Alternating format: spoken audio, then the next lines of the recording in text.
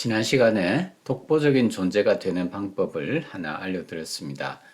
남들이 전혀 하지 않는 것 혹은 거의 하지 않는 것을 하면 된다고 했죠.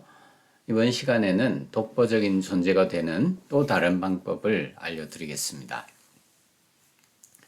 사실 제 채널을 구독하시는 분들은 대부분 이미 성인이고 이미 어떤 분야에 들어와서 상당한 기간 동안 활동해온 분들이실 겁니다. 그런 분들이 갑자기 남들이 전혀 하지 않는 것 혹은 거의 하지 않는 것을 하려고 하면 부담이 많이 가실 겁니다. 하지만 걱정하지 마세요. 그런 분들도 독보적인 존재가 될 수 있습니다. 한 분야 혹은 한 가지 재능이 아니라 몇 가지 분야 혹은 몇 가지 재능을 결합하면 됩니다. 예를 하나 들어보겠습니다.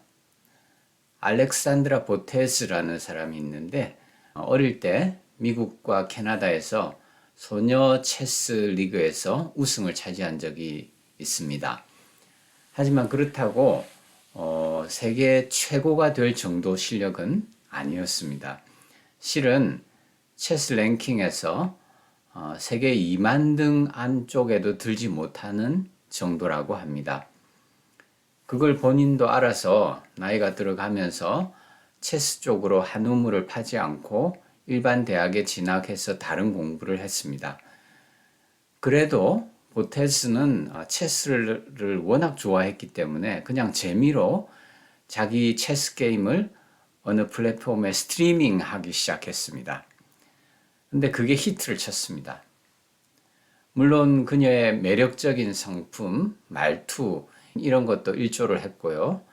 그리고 시간이 지날수록 소셜미디어를 다루는 기술도 계속 발전하고요.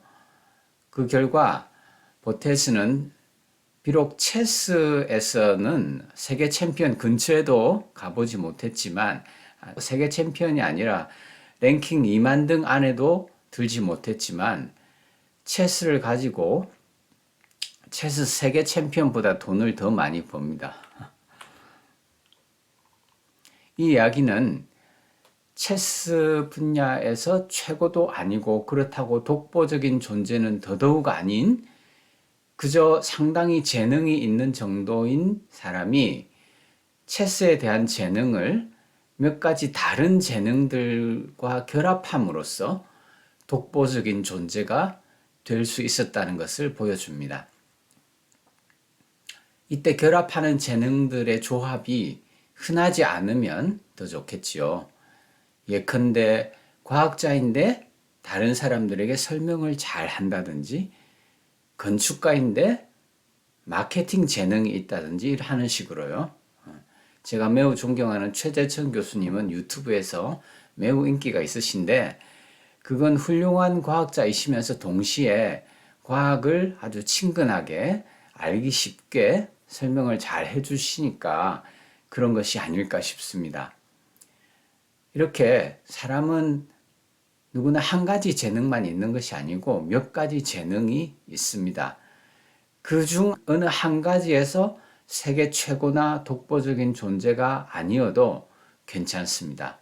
몇 가지를 조합하면 그 조합으로 얼마든지 독보적인 존재가 될 수 있습니다.